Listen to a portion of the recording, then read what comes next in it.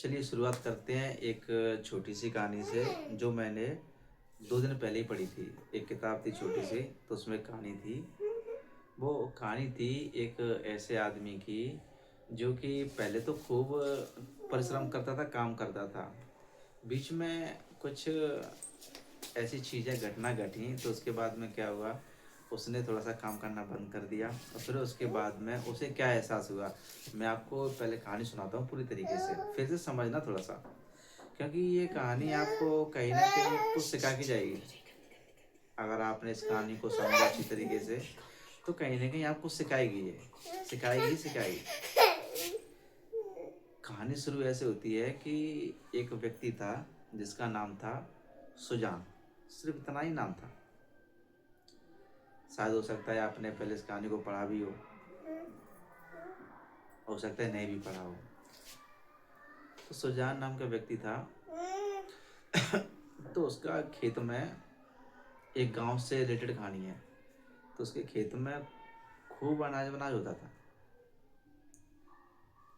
अनाज होता था और उसके अलावा थोड़ा बहुत पैसे कहते हैं ना उधार-उधार पे देना, वो भी देता था वो। तो उसके यहाँ पे क्या हुआ का खाने-पीने का अच्छा वो था। तो धीरे-धीरे क्या हुआ कि पैसा बढ़ता गया उसका। अब जैसे ही पैसा बढ़ता गया, तो उसका रुझान हो गया किसकी तरफ? उसका रुझान हो गया जो थोड़ा-सा साधु-संतों की तरफ। तो उसके जो घर था वहाँ पे एक चौपाल थी, तो साधु-संत वहाँ आते, बैठते, खाना भी खाते। तो उसका बड़ा प्रेम हो गया उनसे। तो हर वक़्त सुबह या शाम मतलब जमावड़ा उनका साधु-संतों का वहाँ लगा ही रहता। जो गाँव के आस-पास के लोग थे, वो भी कहते, "अरे भाई, सुजान को देखो, कितनी मतलब साधु-संतों की सेवा करता है।" तो उसका यही स्वभाव हो गया। अब धीरे-धीरे क्या हुआ कि सुझाव में क्या हुआ कि धीरे-धीरे ऐसे ही चलता रहा। तो जो कहते हैं ना कि जैसी संगत होती है, वैसा ही आचरण हो जाता है। ऐसे क्या हुआ कि साधुओं की संगत में रहते-रहते जो चीज़ें वो करता था, उन चीज़ों को उसने थोड़ा-सा कम कर दिया। जैसे कि पहले क्या था कि कभी-कभी किसी को पैसा दे दिया, तो फिर उससे उसके पास नहीं है फिर भी वसूल करना। जो मेहनती जिन लोग उसके यहाँ काम करते थे, तो उन्हें थोड़े से पैसे कम देना, कार्य ज़्यादा कराना। लेकिन जैसे-जैसे संतों की संगत में आया वो, तो उसके बाद उसने क्या किया कि उन लोगों को ये थोड़े दुःख देना उन्हें कम कर दिया। उन्हें ऐसा लगा कि मैं जो भी दुःख दे रहा हूँ उन्हें, वो ठीक नहीं है। अब जो उनके यहाँ काम करते थे, जो उसके यहाँ काम करते थे, उन्हें भी दुःख देना थोड़ा कम कर दिया कि चलो ठीक है, कर रहे हैं। और जो भी पैसा क्या करते, जो भी मतलब लोग लेने आते उससे, तो उसमें थोड़ा बहुत अगर वो कम दे देता तो वो रख लेता। मतलब वो पहले जैसी बात नहीं रही। अब जैसे पहले जैसी बात नहीं रही, तो धीरे-धीरे क्या हुआ, धीरे-धीरे उसका नाम भी पड़ गया। क्या पड़ गया? साथ में लोगों ने उसका नाम भगत भी लगा दिया। तो उसका पूरा नाम हो गया सुजान भगत। हो सकता है आपने ये कहानी पढ़ी हो। अब होता क्या है कि उसका नाम पड़ेगा सुजान भगत। अब धीरे-धीरे उसकी आमदनी में क्या हुआ, धीरे-धीरे उसकी आमदनी कम होना शुरू हो गई। क्योंकि स्वभाव ही ऐसा होने लगा, संतों की संगति, तो स्वभाव तो ऐसा होगा। अब धीरे-धीरे चीज़ें कम होने लगी। अब उसके घर में जो फैमिली के मेंबर थे, कहते हैं ना कि जो कमाने वाला आदमी हो, अगर थोड़ी-सी कमी हो जाए ना, तो वहीं उसके लिए थोड़ा-सा रूखापन आ जाता है। तो यही हुआ उसके साथ में। जो घरवालों का जो व्यवहार था उसके प्रति वो रूखापन हो गया। कारण यही रहा कि जो आमदनी तो वो गिरने लगी। और जो उसके बच्चे थे, उसके 2 बच्चे थे, तो उन्होंने क्या किया, उसे कोसना शुरू कर दिया कि अरे कुछ करते नहीं हैं, बैठे रहते हैं, ये वो कोसना शुरू कर दिया कि इन्होंने काम कुछ करते नहीं हैं। तो मैं पूरी कहानी को थोड़ा-सा जल्दी-जल्दी शॉर्ट में सुनाऊँगा, क्योंकि कहानी थोड़ी-सी लंबी है और समय भी ज़्यादा लगेगा। तो होता क्या है कि वो एक बार ऐसे ही बैठा था तो एक भिखारी आया। अब भिखारी ने कुछ मांगा उससे कि भैया जो कुछ हो ला के दे दो। अब वो द्वार पे खड़ा था तो उन्होंने अंदर आवाज़ लगाई कि भाई घर में कोई हो तो कुछ दे जाए। और घर में जो उसकी वाइफ थी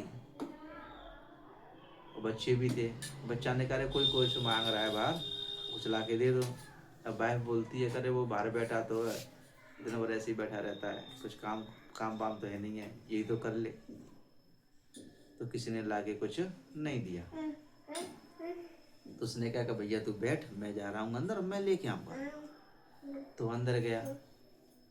अब अंदर गया तो अंदर जैसे ही उसने अनाज उठाया तो उसके बेटे ने रोक ली। अरे ये क्या कर रहे हो, भिखारी को भिखारी के हिसाब से दो, इतना थोड़ी कितना दे दो।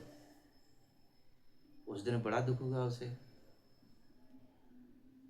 कि आज मेरी घर में इतनी वैल्यू नहीं रही कि मैं किसी को कुछ दे भी सकूं, क्योंकि मैं जो काम कर रहा था वो काम कर ले ला ऐसा मैंने अब नहीं किया। तो बाहर बैठ गया ऐसे ही, वो निराश होकर सोचने लगा कि घर में थोड़ा सा मैंने काम करना बंद क्या कर दिया तो घर वालों का जो रूखापन था मेरे प्रति बढ़ गया। तो कुछ दिन ऐसे बीतते गए। फिर उसके बाद में क्या हुआ कि एक दिन वो ऐसे ही बैलों को उठा के खेत पर गया। जिसका बड़ा बेटा था वो भी गया। अब वो देख रहा है कि वो लगातार काम कर रहा है। जो बड़ा बेटा था तो उसने देखा कि भाई पिताजी लगे हुए हैं, दोपहर हो गई। दोपहर में कहा भाई चलो खाना खाने चलते हैं। तो सुजाना भगत ने ये कहा कि बेटा तू जा, मैं भी आ रहा हूँ। तो ठीक है। तो थोड़ी देर में वो पहुंचा। खाना खा के फिर क्या हुआ, वो वहीं बैठ गया बैलों के पास में। तो उसके जो बैल थे उन बैलों का हाथ हाथ खेलने लगा वो। तो शायद बैलों को भी उस समय यही लगा कि वास्तव में आज हम मालिक के साथ में गए तो नहीं, बहुत आनंद आया। जैसी शाम होने को थी और जो बड़ा बेटा था वो तो इतना हार गया थोड़ी सी मेहनत से, उसे ये एहसास नहीं था कि मेरे पिताजी इतना भी कर सकते हैं मेहनत। और फिर उसके बाद में शाम को गया वो, लेकिन उसके बेटे की हिम्मत नहीं पड़ी कि साथ में चला जाए। शाम को भी काम किया। अब धीरे धीरे क्या हुआ, ऐसी उसकी मेहनत होती गई और फिर धीरे से जो पहले रंगत थी घर में वो आने लगी। इसी तरीके से खेत में खूब फसल हुई उसके, खूब। तो जिस दिन वो भिखारी उसके घर से खा लिया तो लौटा था, तो दिन वो था। और आज का दिन जिस दिन उसकी फसल अच्छी हुई थी। और भी साधु संत थे वहाँ, बीच में वो चले गए थे थोड़े, क्योंकि जब उसकी कहते ना जब काम करना ही बंद करते तो किसको खिलाता। तो उस दिन उसने बुलाए तो भिखारी बैठा था।